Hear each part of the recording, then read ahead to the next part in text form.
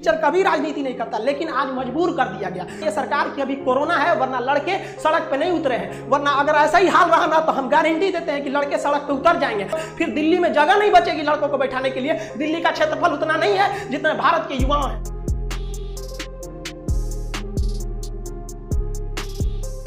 Bihar railway में आग लगने के पीछे क्या खान सर का हाथ है? दोस्तों, आज पूरा भारत जल रहा है। बिहार के कई जिलों में ट्रेनें धूं धूं करके चल रही हैं। कई ट्रेनों को आग के हवाले कर दिया गया है। लाखों सैकड़ों की तादाद में लोग पटरियों को जाम करके बैठे हुए हैं। चलती ट्रेनों में पत्थरबाजी की जा रही है। बिहार के गया और कई इलाके आज एक बहुत बड़े आंदोलन की आग में चल रहे हैं। लेकिन कौन है ये आंदोलनकारी? क्यों ये अपने ही देश की संपत्ति को नुकसान पहुंचा रहे हैं? आखिर इनका मकसद क्या है? हैरानी की बात यह है कि ये छात्रों का हुजूम है। जी हाँ, वही छात्र जो एक लंबे समय से रेलवे की नौकरी पाने के लिए संघर्ष कर रहे थे। लेकिन शायद आज इनका सब्र का बांध टूट गया और इन्होंने वो कर दिया जो इन्हें नहीं करना चाहिए था। लेकिन इस पूरे मामले के पीछे का ऐसा नाम उभर कर सामने आ रहा है जिनके बारे में शायद आप भी जानते होंगे। फैसल खान उर्फ खान सर। पटना के रहने वाले खान सर लंबे समय से YouTube पर एजुकेशनल वीडियो बनाते हैं। इनके पढ़ाने के तरीके की वजह से आज इनके करोड़ों फॉलोअर्स हैं। लेकिन हाल ही में इनका एक वीडियो वायरल हुआ जिसमें इन्होंने ये कहा कि रेलवे के द्वारा लिए गए एग्जाम में धांधली हुई है। तो रिजल्ट दिया ससुराल, रिजल्ट में कहा था 20 गुना देंगे, 3 से 4 गुना रिजल्ट दिया है। कैसे किया? इतना बड़का चोर है ससुराई। एक कैंडिडेट का 4 जगह 4 बार रिजल्ट दिया और उसको 4 जगह गिन रहा है। देखो 4 गुना है यहाँ पे आप। जिसके बाद ट्विटर पर रेलवे के खिलाफ एक आंदोलन छेड़ा गया और अब यह आंदोलन हिंसक घटनाओं में बदल चुका है। इनके अनुसार रेलवे के एनटीपीसी एग्जाम का नोटिफिकेशन 2019 में जारी किया गया था। कई लोगों ने इस एग्जाम फॉर्म को भरा जिसमें 37,000 पोस्ट की वैकेंसी थी, लेकिन एग्जाम नहीं हुआ, जिसको लेकर 2020 में छात्रों की तरफ से प्रोटेस्ट किया गया। तब जाकर रेलवे ने 2021 में एग्जाम लिया, लेकिन उसके बाद रेलवे रिजल्ट देने में देरी कर रहा था। फिर से छात्रों ने आंदोलन किया, तब जाकर 2022 में एनटीपीसी का रिजल्ट सामने आया। लेकिन अब इसमें गलती कहां हुई? रेलवे ने तो अपना रिजल्ट दे दिया।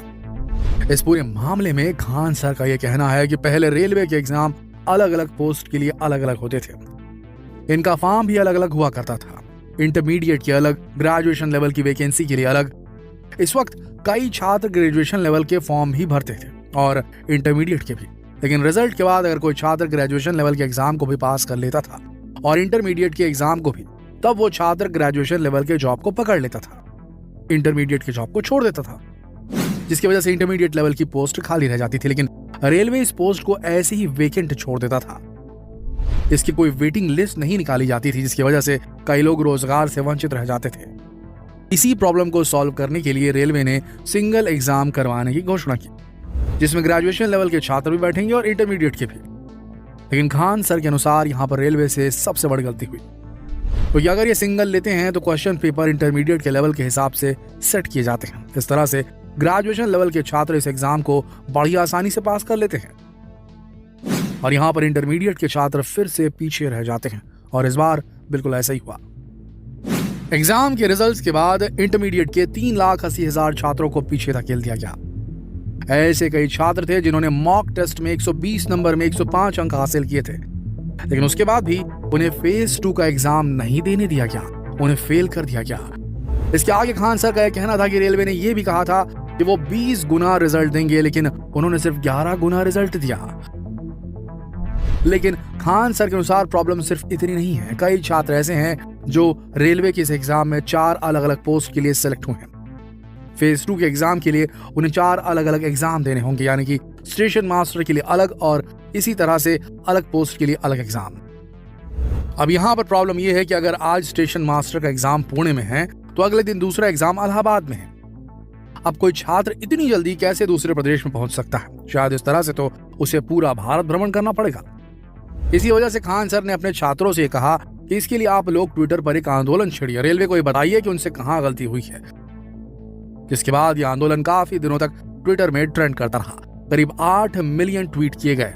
फिर दिसंबर 2021 में हम लोग कैंपेन किए, 8 मिलियन ट्वीट किए लोग। कि रिजल्ट दो, तो रिजल्ट दिया। लेकिन जब छात्रों की कोई सुनवाई नहीं हुई तब छात्र उग्र हो गए और इस तरह की हिंसक घटनाओं को अंजाम दे दिया। इसी के चलते आज बिहार के कई इलाके आज इस आंदोलन की आग में जल रहे हैं, जिसके बाद भारत के रेल मंत्री अश्विनी वैष्णव को सामने आना पड़ा।